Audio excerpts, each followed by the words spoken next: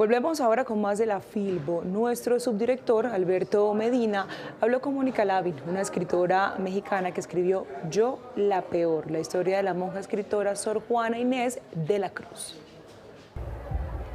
La escritora mexicana Mónica Lavín se vino para la Feria del Libro en Bogotá con este libro, Yo, la peor, la historia de la mujer que quebrantó las letras de una época, Sor Juana Inés de la Cruz. Mónica, muchas gracias. Al contrario, encantada de estar aquí en FIL Bogotá y con mi libro y contigo y tu auditorio. Bueno, pero mire que antes de empezar a hablar de este libro, Mónica, yo quiero hablar de Sor Juana en la cocina, que es el descubrimiento del recetario de Sor Juana en un convento.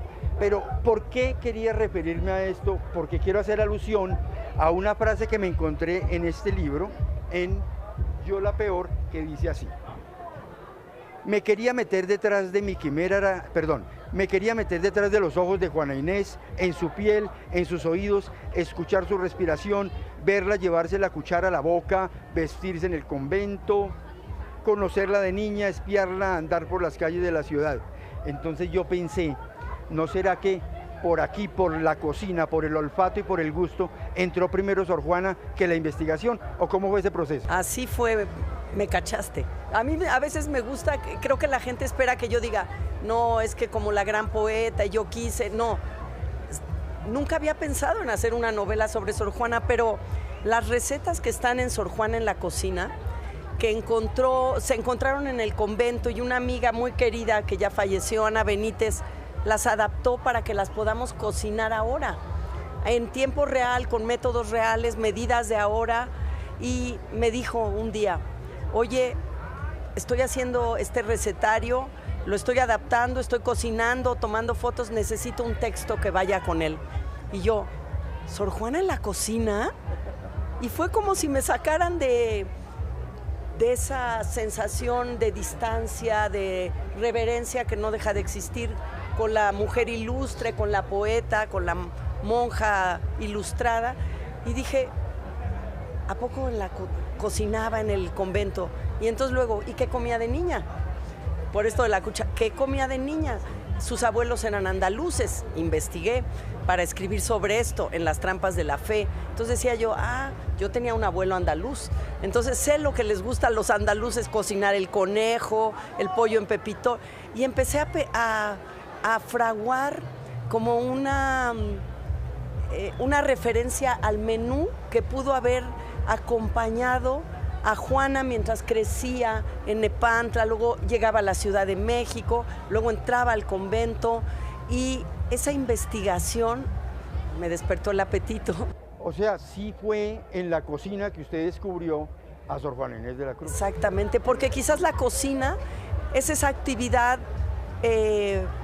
muy cotidiana que las mujeres de la época todas hacían, remangarse mangas, ¿no? Probar de sal, sí. Y por ahí entró el acercamiento a la persona y el deseo de novelarla. Bueno, antes de entrar como de lleno a Yo la peor, yo sí quisiera saber una cosa del recetario. Uno puede saber o concluir qué era lo que más le gustaba a Sor Juana Inés, qué era lo que realmente le encantaba hacer en la cocina y cuál era el plato. Mira, no sé si a ella, pero que al convento, y esto sí tiene que ver con ella, lo que más le funcionaba eran los platillos dulces. Mira qué nombres tan bonito, bien me sabes, suspiros, yemas confitadas, puñuelos, porque el buñuelo de puño. Todo eso dulce tenía que ver con algo que fue muy importante en vida de Sor Juana, que es estar a bien con los de afuera. Entonces, la dulcería del convento se podía obsequiar. Se podía a la virreina, al virrey, que el cumpleaños, y esa proveeduría de lo dulce, que además era lo que más duraba porque no había refrigeración, ¿no? Claro.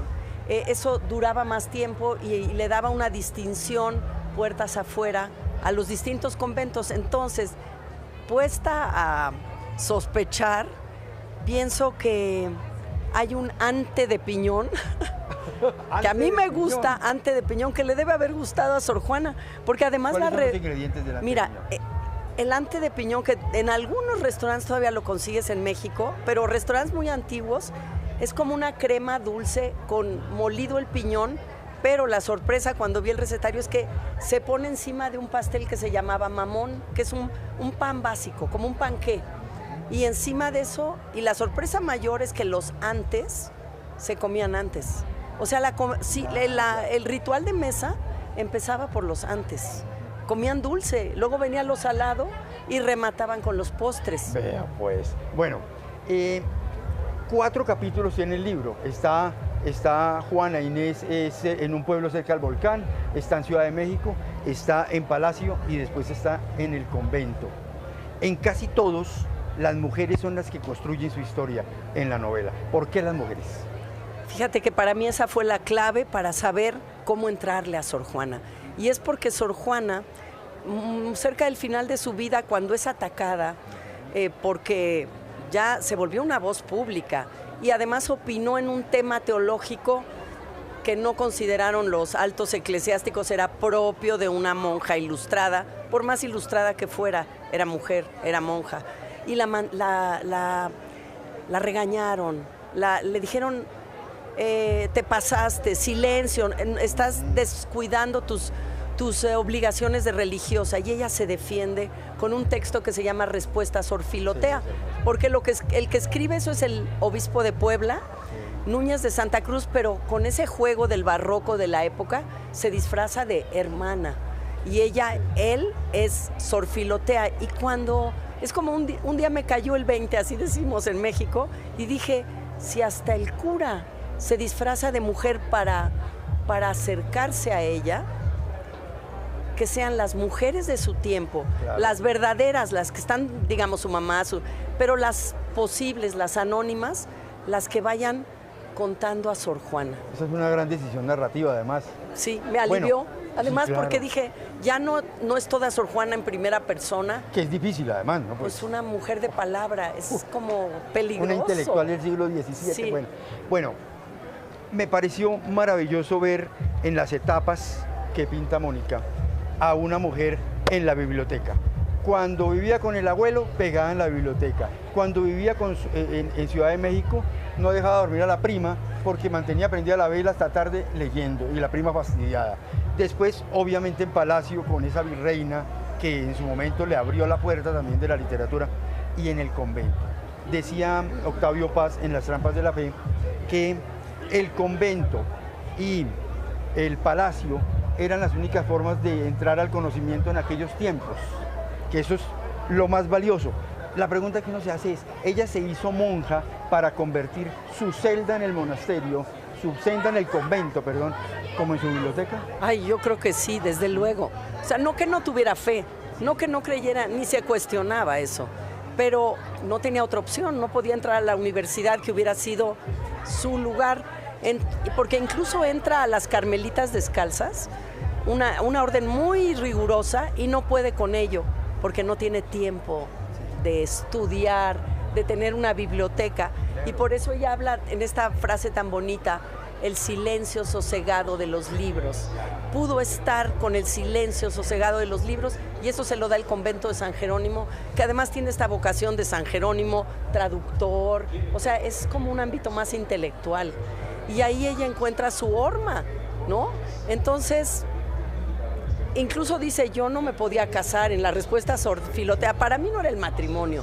Y claro que no hubiera estudiado, ¿no? Claro, no. Eso del matrimonio, dices, fue la mejor decisión que podía tomar. Sí. Si no me quería casar. Exacto. Bueno, a ella le dan la espalda en un momento dado, el arzobispo de México es durísimo con ella, casi que implacable, ¿cierto? Porque se escandaliza por sus versos, por la manera como ella escribe más del mundo de los hombres y las mujeres que de Dios. Sí. Ahí es donde pagó el precio de un silencio los últimos 2 años de su vida. Claro que es una forma de violencia que claro, sigue existiendo. O sea, silenciar a alguien o silenciar a alguien por ser mujer, pues es un oprobio que todavía padecemos en algunos lados, y creo que Sor Juana por eso es así como un ejemplo de tener una voz en su tiempo y una voz que salte por los siglos, ¿no?